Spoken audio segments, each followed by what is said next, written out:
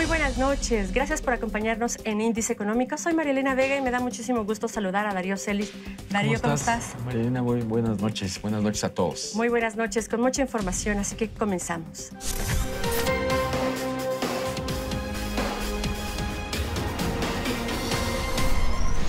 El sector bancario tendrá nuevas reglas. A decir de Jaime González Aguade, presidente de la Comisión Nacional Bancaria y de Valores, se trabaja en una iniciativa de ley misma que se estima sea aprobada por el Poder Legislativo durante el próximo periodo de sesiones.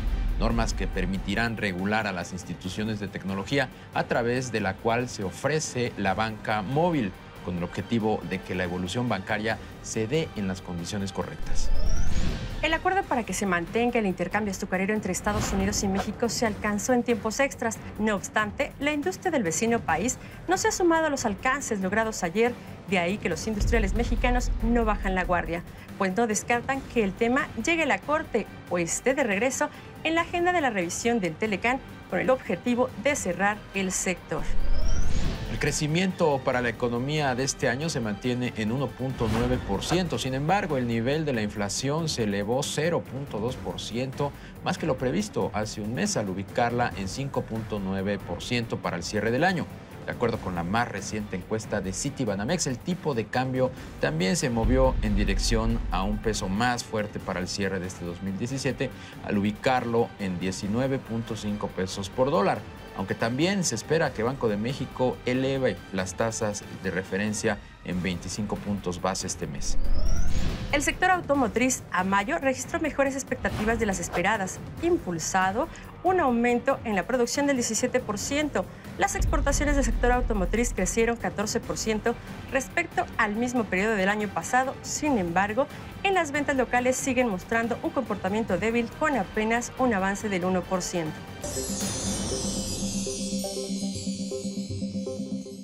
¿Cómo nos encontramos en materia energética en territorio nacional? Veamos lo que le preparamos. A casi 3 años de haber sido aprobada la reforma energética, sin lugar a dudas las inversiones, la baja en precios y la apertura de sectores alternos como las energías renovables y el gas natural han comenzado a hablar por sí solos.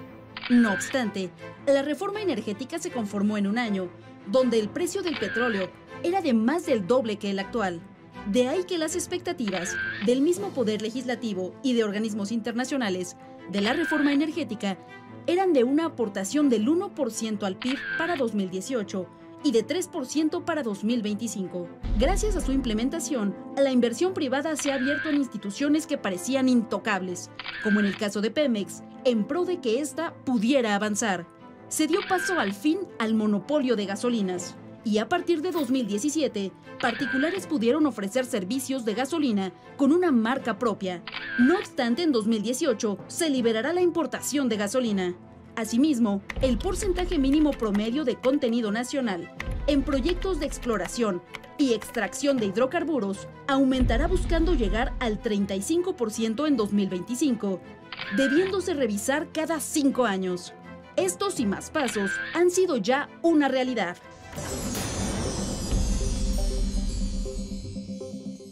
Esta noche nos acompaña el secretario de Energía, Pedro Joaquín Caldwell, con quien platicaremos sobre los avances en materia de reforma energética. Pedro, ¿cómo estás? Bienvenido. Muy buenas noches, María Elena. Muy buenas noches, secretario. Gracias, buenas noches. Gracias por invitarme al programa. Me da mucho gusto estar con ustedes en esta mesa. Gracias, Pedro. Haciendo un corte de caja, a lo largo de esta administración, uno de los grandes proyectos en materia de reformas ha sido precisamente la energética. ¿Qué es lo que se ha alcanzado en estos 4 años y medio de administración y en qué momento empezaremos a ver justamente los resultados, empezaremos a cosechar los beneficios de esta reforma energética? Uno de los logros más importantes está en la inversión que ya está trayendo la reforma energética. Puedo decirte, no hablarte de expectativas de inversión, sino de inversión contratada, que llegará al país en los próximos años. Actualmente estamos ya muy cerca de los 70,000 millones de dólares. 70,000 millones de dólares, perdón, que llegarán ¿en qué tiempo? Algunos ya están llegando y otros estarán en un plazo, por ejemplo, las eléctricas en los próximos 3 años, son 6.600 millones de dólares eléctricos que van en los 3 años. Los gasoductos son 12.000 millones de dólares, ya se están invirtiendo. Los contratos petroleros, esos sí son un poco más a mediano y largo plazo. La vida de los contratos es 25 años aproximadamente.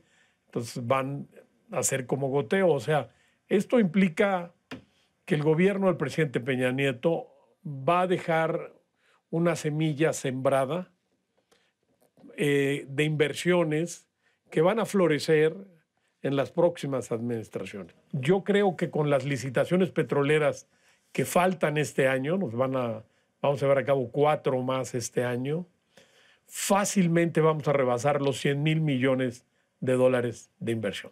¿Hay algún otro país? Limpias. ¿Hay algún otro país que esté justamente abriendo el sector y captando este tipo de inversiones o estos montos de inversiones? Hoy México es el foco toral de la reforma en el mundo. La Agencia Internacional de Energía de la OCDE ha reconocido la reforma energética mexicana como una gran revolución energética y la ha puesto como ejemplo. No hay precedentes de una apertura de esta naturaleza, porque también ya éramos una excepcionalidad en el mundo. Un modelo energético cerrado a la inversión privada solo se veía aquí y en Corea del Norte. Y esa apertura abrupta, como el péndulo de irse de un extremo a otro, ¿no es contraproducente? No, porque la implementación es gradual, porque se ha cuidado tener órganos reguladores. Es clave la fortaleza de los órganos reguladores y la calidad de los integrantes, porque este tipo de modelos sí requieren apertura, pero también rectoría del Estado, ¿no? Nos iba a comentar algo de las reformas energéticas, de las reformas energías alternas, limpias. de las energías limpias. Sí, por ejemplo, en 2 subastas de energías limpias que se han hecho en el marco del mercado eléctrico de largo plazo que creó la reforma, 53 nuevas centrales de energías limpias van a establecerse en el país, en 15 estados de la República. O sea, casi la mitad de los estados de la República Mexicana van a tener por lo menos o una central eólica o una central solar, con precios muy competitivos de energía eléctrica. Es un avance muy importante. Esa es una cara poco conocida de la reforma del presidente Peña, porque normalmente la atención mediática ha sido el tema de hidrocarburos, por nuestra ideología y por lo politizado que está el tema en México. Pero la reforma, uno de sus grandes avances, es que fija las bases para la transición energética de México de las energías fósiles a las energías limpias. ¿Qué pasa con las energías como gas LP, como el mismo petróleo, como energías de carbono? ¿Cuál será el destino de estos? Yo te diría que el gas es el rey de esta transición energética. Las energías limpias están bajando de costo, pero son intermitentes. Entonces necesitamos combinarla con un energético fósil que le dé estabilidad a la red, que les dé soporte a las energías verdes. Ese es el gas. El gas es el más limpio y el más económico de los combustibles fósiles. Emite 70% menos de gases de efecto invernadero. Gas natural. Que el gas natural. Entonces, es por eso la expansión sin precedentes que se está dando en el marco de la reforma energética del Sistema Nacional de Gasoductos. Pocos mexicanos lo saben porque los gasoductos se entierran, pero va a cerrar esta administración con cerca de 9,000 kilómetros de nuevos gasoductos en México. Es una expansión de cerca del 85% de la red de gasoductos, una expansión sin precedentes. ¿Qué va a pasar con nuestro principal vecino, con los Estados Unidos? México está implementando una reforma de avanzada sin precedentes en el sector energético. Tenemos enfrente una renegociación del Tratado de Libre Comercio en donde un tema inédito y que necesariamente tendría que estar en esta discusión es el petróleo o las energías en general. Y por el otro lado, vemos que nuestro principal vecino está renunciando a los esfuerzos globales que se hacen por procurar un mundo más limpio y se está anclando en las viejas tecnologías, en las energías fósiles, que son justamente hacia o de las que nosotros queremos transitar hacia las nuevas energías. Parece un contrasentido. ¿Qué vamos a hacer con Estados Unidos? Mira, en materia del Tratado de Libre Comercio, en aquellos años, el sector de energía de México quedó reservado en el tratado, porque México tenía un sector de energía cerrado por mandato constitucional.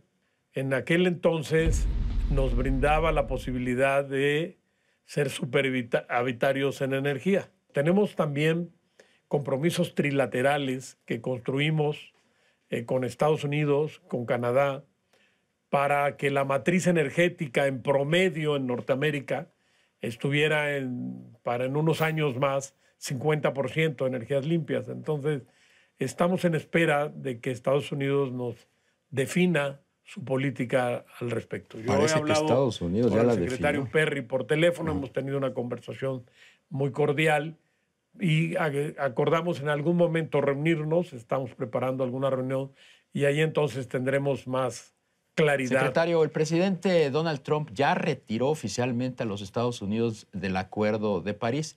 ¿Qué va a hacer México? Continuar en el Acuerdo de París con todos los países que sí quieren ir por el cambio climático.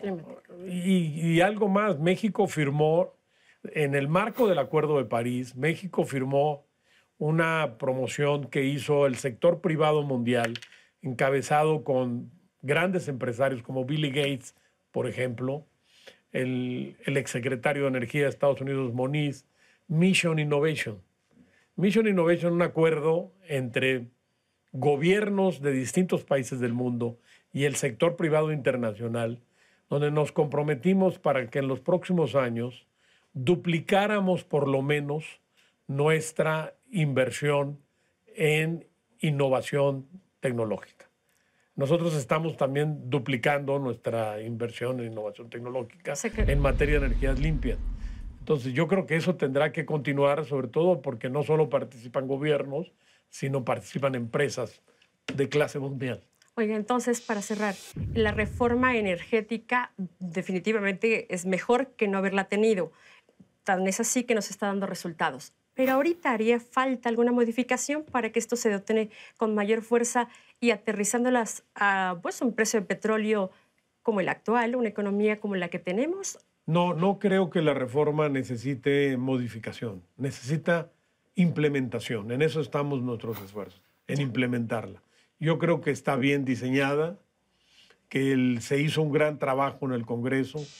Lo que estamos empeñados ahorita es en implementarla, que no se quede en las letras, en nuestra Constitución, en nuestras leyes, sino que se plasme en modelos energéticos funcionales, ¿no? Pues secretario Pedro Joaquín Caldwell, secretario de Energía, muchísimas gracias por haber estado con nosotros esta noche aquí.